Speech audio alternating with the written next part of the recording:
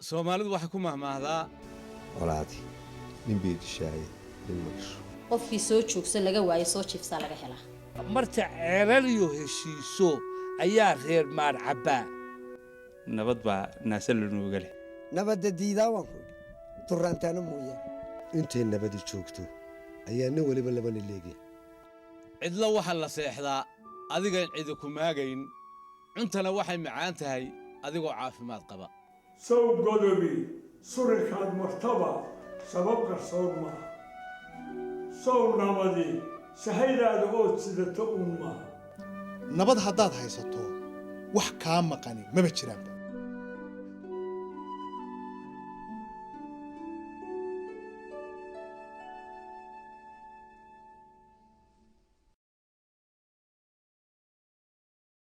Hargeisa, 1991. This is what's left after a decade-long civil war between the Somali National Movement and the Somali government forces. Hargeisa, 2007. A rapidly growing capital city of close to 500,000 people. The symbol of restored relations between communities affected by war. How were the people of Somaliland, a British protectorate until 1960, able to restore peace and stability? Equally important, how was a common political structure created in the face of such extremely difficult circumstances? This is a film that explores Somaliland's transition from active hostilities and war to peace and relative stability. The SNM was formed in London in April 1981 by a group of ISAC intellectuals, professionals, and members of the country's armed forces.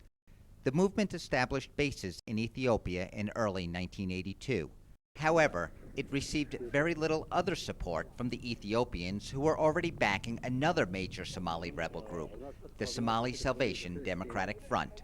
As a result, the SNM turned to clan elders and other traditional mechanisms for support. The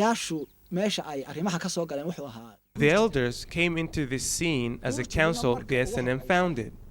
Initially, this wasn't a council for peacemaking. But the SNM rather founded this council as part and parcel of the movement, with the key role of mobilizing fighters, resources, and livestock. It was a council that was directly involved in the struggle.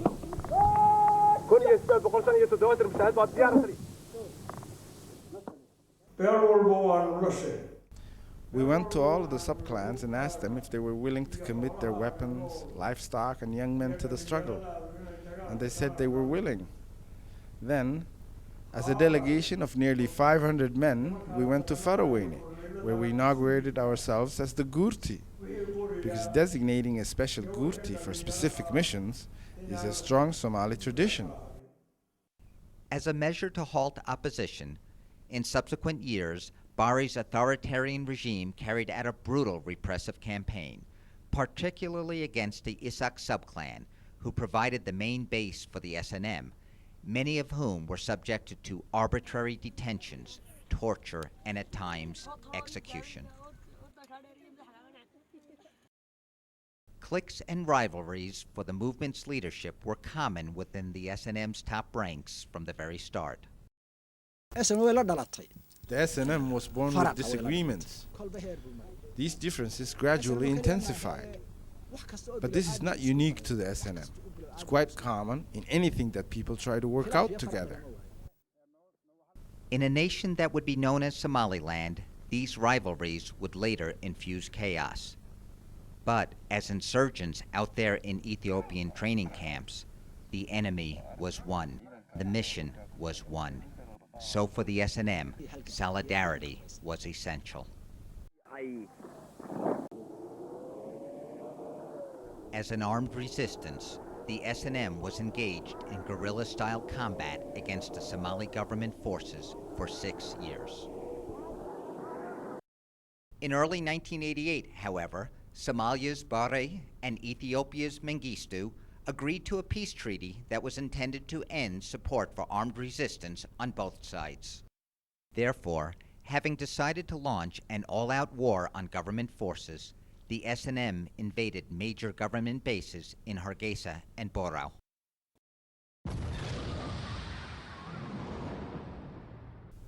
In retaliation, the government combined the use of heavy artillery and bomber planes to flatten most of Hargeisa and Borao.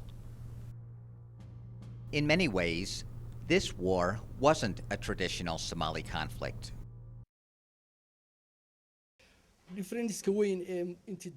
There are two key differences.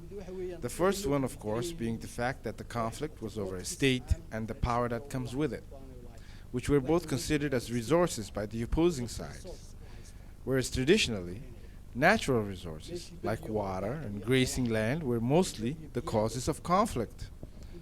The second difference is that traditionally, spears, swords, knives, bow and arrows were used by the opposing sides. But in the Somali Civil War, much more destructive weapons were used, of which the AK-47 was the smallest.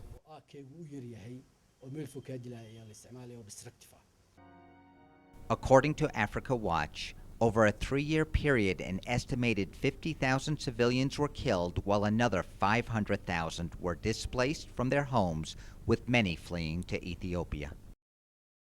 It wasn't just about the clan.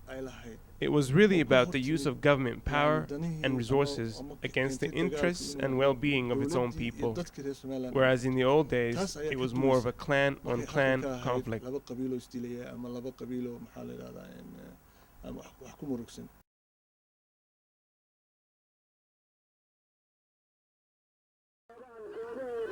It's 1991. The SNM was able to end the military regime of Siad Barre in the northern regions. The future looked uncertain. Non-Isak subclans were anxious to see what the triumphant and stronger SNM would now do.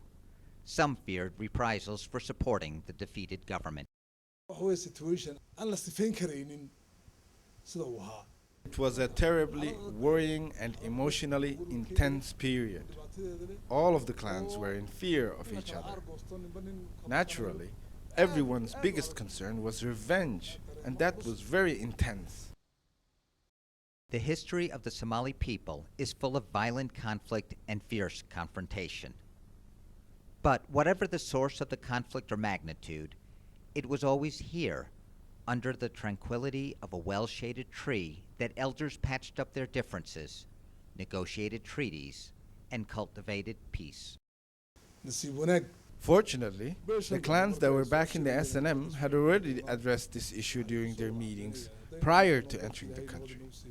They asked themselves what they would do if they ended up taking control of the country. They agreed that making peace with the other clans was the best thing for everybody. And so, they came into the country with that formula. This was a prolonged war that had been going on for a while. All along during the conflict, structures and a kind of social order were taking form.